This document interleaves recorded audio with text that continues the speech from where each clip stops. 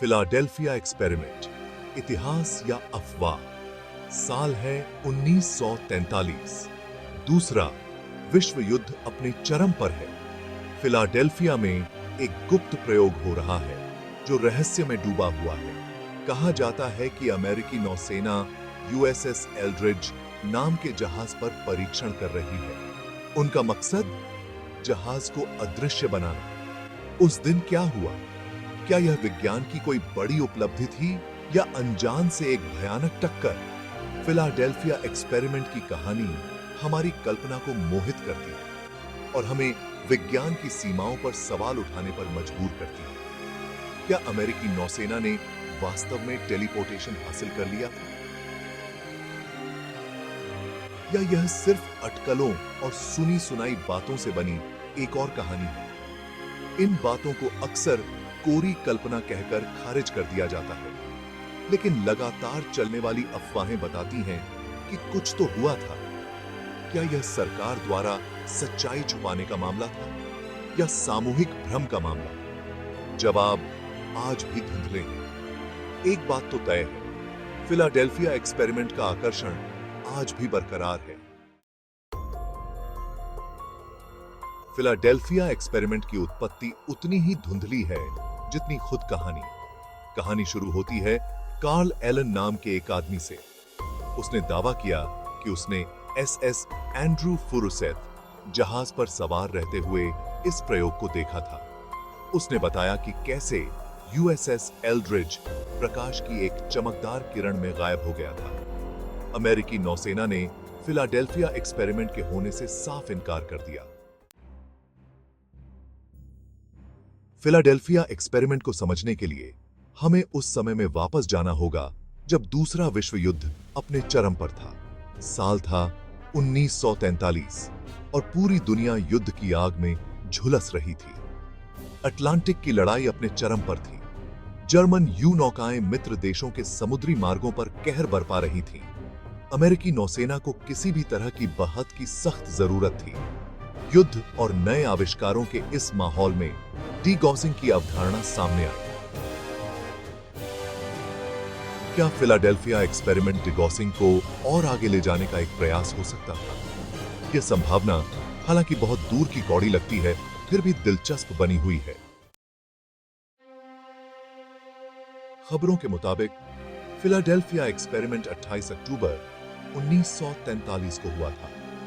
USS Eldridge, जो एक cannon class destroyer escort था, फिलाडेल्फिया नेवल शिपयार्ड पर खड़ा था। जहाज पर नाविकों का एक दल जो अनजान था, एक सामान्य परीक्षण के लिए तैयार था। जैसे ही प्रयोग शुरू हुआ, हवा में ऊर्जा की गूंज सुनाई दी। एक अजीब हरे रंग के धुंध ने जहाज को अपनी चपेट में ले लिया, जिससे वह देखने से ओझल हो गया। प्रत्यक्षदर्शियों ने प्रकाश की एक चमकदार किरण और उसके बाद एक अजीब सन्नाटा छा जाने का वर्णन किया। फिर जो अकल्पनीय था वो हुआ। यूएसएस एल्ड्रिज गायब हो गया। कुछ लोगों का दावा है कि यह 200 मील से भी ज्यादा दूर नॉरफॉक, वर्जीनिया में कुछ पल के लिए फिर से दिखाई दिया और फिर फिलाडेल्फिया लौट आया। अगर यह घटना सच है तो इसके मायने बहुत बड़े हैं। आशा की अहता सम्मोह। फिलाडेल्फिया एक्सपेरिमेंट के बाद की घटनाएं उतनी ही रहस्यमय हैं जितना कि खुद यह घटना। यूएसएस एल्ड्रिज के चालक दल के साथ क्या हुआ, इसकी कहानियां किसी बुरे सपने से कम नहीं है। कुछ लोगों ने अकल्पनीय भयावहता के दृश्यों का वर्णन किया है। कहा जाता है कि कुछ नाविकों को भयानक परिणाम भुगतने पड़े। वे जहाज की धातु से इस तरह जुड़ गए कि उनके शरीर इस्पात में ग्रोटेस्कली रूप से विलीन हो गए।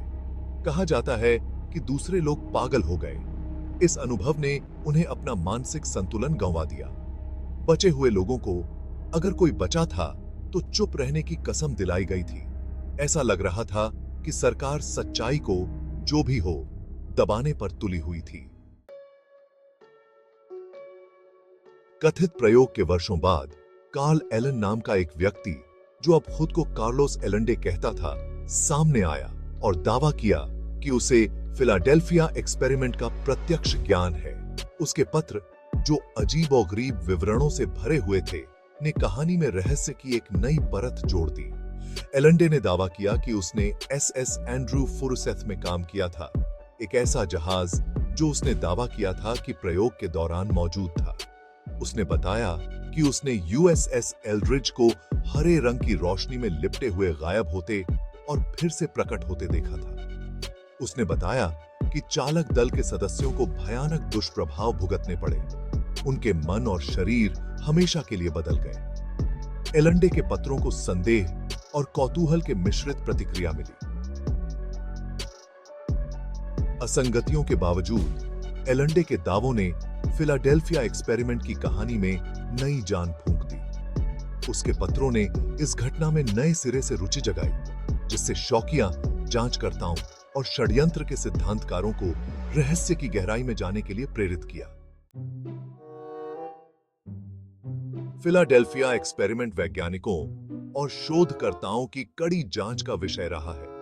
अधिकांश विश्वसनीय सबूतों की कमी और भौतिक विज्ञान के बुनियादी नियमों के उल्लंघन का हवाला देते हुए कहानी को एक अफवाह मानते हैं। टेलीपोर्टेशन की अवधारणा, जैसा कि फिलाडेल्फिया एक्सपेरिमेंट में वर्णित है, महत्वपूर्ण वैज्ञानिक बाधाएं प्रस्तुत करती हैं। पदार्थ को गायब करने और उसे फिर से प्रकट करने के लिए आवश्यक ऊर्जा की मात्रा बहुत अधिक है, जो हमारी वर्तमान तकनीकी क्षमताओं से कहीं परे है। आलोचकों का तर्क है कि इस तरह के दावे अतिस्क्रिय कल्पनाओं या जानबूझकर मनगढ़ंत कहानियों की उपज होने की संभावना है। वैज्ञानिक समर्थन की कमी के बावजूद फिलाडेल्फिया एक्सपेरिमेंट कल्पना को मोहित करना जारी रखता है। फिलाडेल्फिया एक्सपेरिमेंट 20वीं सदी के सबसे स्थायी रहस्यों में से एक बना हुआ है। दशकों की जांच और खंडन के बावजूद कहानी बनी रहती है, अटकलों, प्रत्यक्षदर्शी खातों और संदेह की एक अच्छी खुराक से प्रेरित। लेकिन वास्तव में क्या हुआ? क्या यह युद्धकालीन नवाचार का एक वास्तविक प्रयास था जो गलत हो गया? सामूहिक उन्माद का मामला, या घटनाओं की गलत व्याख्या, या सावधानी पूर्वक तैयार की गई अफवाह? अंततः फिलाडेल्फिया एक्सपेरिमेंट के पीछे की सच्चाई मायावी बनी हुई है, व्याख्या के लिए खुली है। हो सकता है, जैसा कि कई रहस्यों के साथ होता है, सच्चाई संभावना और कल्पना के दायरे के बीच कहीं हो। फिलाडेल्फिया एक्सपेरिमेंट, चाहे तथ्य हो या कल्पना, विज्ञान के विशाल अज्ञात क्षेत्रों और एक अच्छे रहस्य की स्थायी शक्ति की याद दिलाता है।